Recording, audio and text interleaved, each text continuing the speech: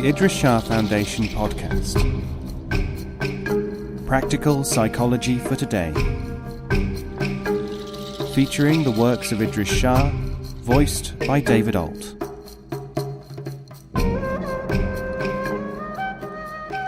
Welcome to the Idries Shah Foundation podcast. In this edition of the podcast, we will hear selections from Reflections by Idries Shah. This audio has been made available by the Idries Shah Foundation. Supersession. Try to wear the shoes which you had when you were 2, 4, or 6 years old. You may have a similar problem if you try, say, to follow a book of prescriptions written in Syriac. If there is no supersession, there is no fresh growth. If we are not to operate in the mode of today, we shall, at best, reproduce effects designed for people of yesterday. The candle. "This candle burns for 100 hours, said the merchant to the blind man. "I don't know about the burning, but I do know about the usefulness to me," said the blind man. Unworthy friend. He is generous with what you have, and is economical with anything of his own. These twin practices have told you that he is unworthy. Yet he can still convince you otherwise, because people believe mere words readily and are eager for attention. They welcome sham actions. The word, therefore, is speaking louder than the action. The difference between saying and doing. Quite a common observation is, it takes all sorts to make a world. This may well be true, but if it is, where are they all? Self-satisfaction. If self-satisfaction follows an achievement, it was no achievement at all compared to what it could have been. Depression after supposed failure means that the attempt was wrongly structured. No real attempt took place, however much it may seem that there was one.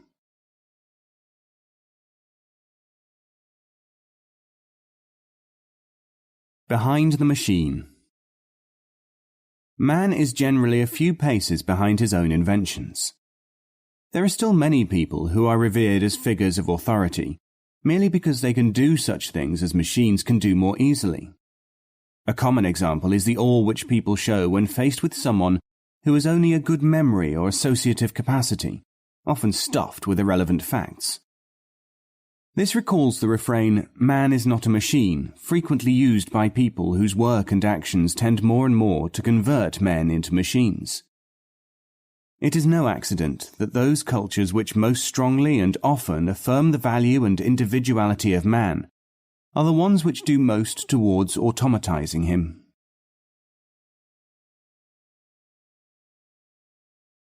Good and bad. There is no philosophical teacher nor system which will tell you to do other than good. You will probably be advised to strive against what is bad. This is the first lesson, of course, but one should want to go beyond. The succeeding lessons are not taught by inflexible principle, nor by ordinary cultivation, nor by standardized exercises. The succeeding lessons are all on what is good and what is bad, in the successive stages of a person's life, in the different epochs of a culture, in the various expressions of a teaching. You can only learn this from the exponents of a contemporary school, rooted in the most ancient past, expressing this in institutions designed to be effective. These are not made for attraction value, nor for the robustness of the vehicle. Your problem. I have heard all that you have to say to me on your problems. You ask me what to do about them. It is my view that your real problem is that you are a member of the human race. Face that one first. Books and donkeys. Anyone can see that an ass laden with books remains a donkey. A human being, laden with the undigested results of a tussle with thoughts and books, however, still passes for wise.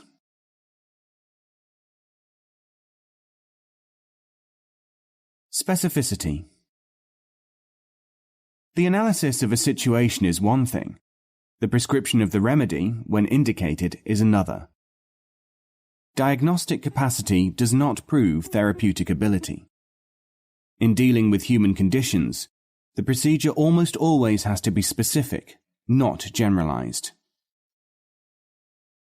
MCO. MCO stands for Mutual Comfort Operation. One cannot understand the complex advantages and otherwise of human relations without knowing the quantity and quality of mutual comfort inherent in any social contact. History. Right time, right place, right people equals success. Wrong time, wrong place, wrong people equals most of the real human story. The wise and ignorant. When the ignorant have become numerous or powerful enough, they have been referred to by a special name. This name is the wise.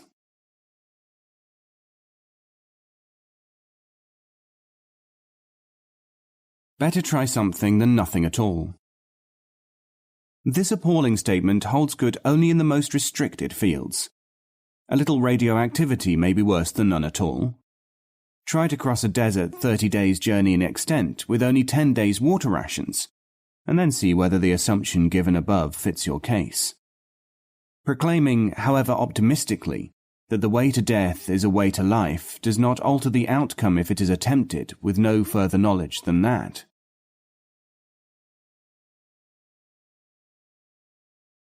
To find a way of life. Primitively damaging supposition underlies most people's thinking about higher knowledge. As a result, they ask the wrong questions about it. They may assume that inner studies are a way of life. They are, in fact, a means which produces the right way of life for each individual. If you apply psychological techniques to your everyday life, you may make progress, but they must be those which belong to the time. And, if they are not suitable, you will probably have on balance lost a great deal. Many people are better served by self-development, which itself aims at transforming their outer life. But this is not a higher study.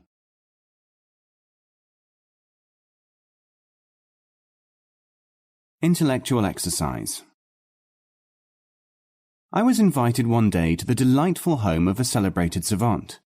Also present were a number of his and his wife's friends, all accustomed to the intensive study of contemporary as well as traditional human thought. After dinner, when we gathered in the drawing room, the atmosphere having been prepared by 3 hours of stimulating intellectual exercise, the great man cleared his throat, pulled up his chair, and addressed me. I could see by the expectancy on every face that this was the major turn of the evening. "I have read such and such a book of yours," he said, "and I need not conceal from you that I regard it as being not at all what it purports to be, deficient in material and argument, not justified in its title by its content." "I am indeed obliged that you should have taken so much trouble with my poor work," I said. "I would very much like to hear what you have to say for yourself," said the academic. I told him that it was customary in the assemblies of scholars, so far as I was informed about them, to have detailed arguments before being able to attempt to defend oneself, much less to try to refute them. Would he condescend to tell me in detail what he did not like in my work? He would, and did, at considerable length. He showed great familiarity with my subject, cited book after book to give other people's points of view, and generally gave a display of virtuosity which certainly impressed the rest of the company. All this took about an hour and a half, during which time I, together with the others present, remained silent. When he had finished, I said to him, "You have certainly covered that field in an astonishingly impressive manner. Your delineation of my materials and the arguments against them are an experience. I wish that I could do equal justice to my own arguments in defending them, but I think that I lack your academic expertise. I then asked him whether, if he were in my place, he could marshal as impressive an argument from my own part. When he said that he could, I simply asked him whether he could do us all the honour of hearing it. The result was that in just under another hour, so carried away was he by his eloquence and the joy of exercising his intellect, he succeeded in demolishing point by point his own case against my book. But the really strange thing was that the rest of the guests, accustomed to worship at the temple of this undoubtedly impressive man, congratulated him on his remarkable mind, not one of them seeming to notice that he had done my job for me, and had refuted himself and all his cited authorities in the process. I only hope that I am wrong in suspecting that he would have gained an equal amount of adulation had he been reciting, from memory of course, the London telephone directory. Reactions. Psychologists have noted, quite rightly, that when people are guilty about something, they may react strongly against it, thinking that their behaviour is rooted in other reasons. We all know, too, that an energetic reaction may have nothing to do with the subject apparently being reacted about. We should watch these things. But there is another kind of reaction too. People who are accustomed to being stimulated by coarse or tense impacts feel odd when approached by an often more valuable but generally more sensitive impact. They tend to avoid contact with this, by the simple pretext of calling it banal or uninteresting. A sense of anticlimax is to be watched. It may frequently be caused by the desirable disappointment of an undesirable expectation. You cannot be certain to be able to pin down the expectation which was incorrect, or even the assumptions which make you react in this manner. But you can observe yourself reacting in this way. This is an indispensable prerequisite for training to become really sensitive to essential impressions. It is called watching. Caterpillar. If you could say to a caterpillar, "You were an egg and you will become a butterfly," he would reply, "Foul beast," or else, "You are imagining things, or seek to unhinge me." Or again, "I want to be one now, this instant." Or he might say, "Who are you to tell me such things?" Or, yet again, "Yes, show me, while I crawl up this tree." Manoeuvring. Many individual problems relating to perplexity and mutual misunderstanding would be solved if people could only appreciate that they tend to try to manipulate one another far more often than is suspected.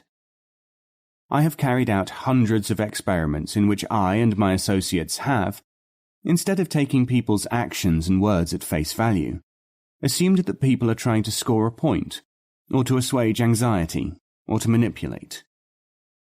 This is the kind of experiment which almost anyone can verify. By alternately seeming to agree, to yield, to fall in with someone's suggestions, or to be unconvinced, you can quite easily see this hidden pattern at work. There are two great values in such a study. First, it helps you to dissociate your emotions from what is in fact a ritual situation. Second, it shows you what many people are really doing when they are at work or play, despite their own overt beliefs about their activities.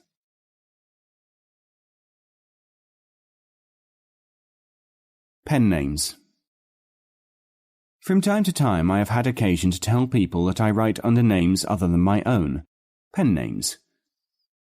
Can you believe that, in at least 9 instances out of 10, after hearing this the person has said, "Indeed? And what are your pen names?"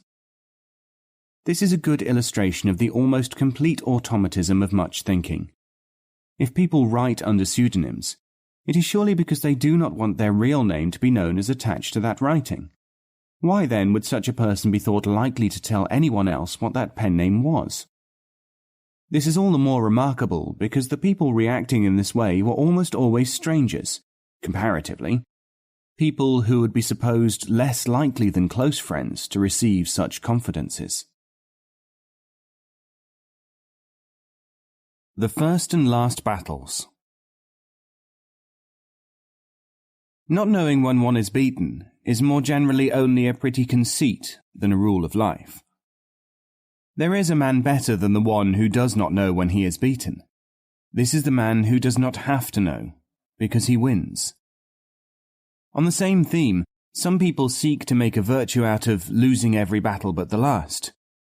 I would, however, recommend them to win the first in such a manner that it is also the last battle. In higher studies, it is the people who have lost preliminary battles who are our greatest problems, for they may still be in the field, but have never escaped unscathed, and are generally in need of rehabilitation rather than instruction.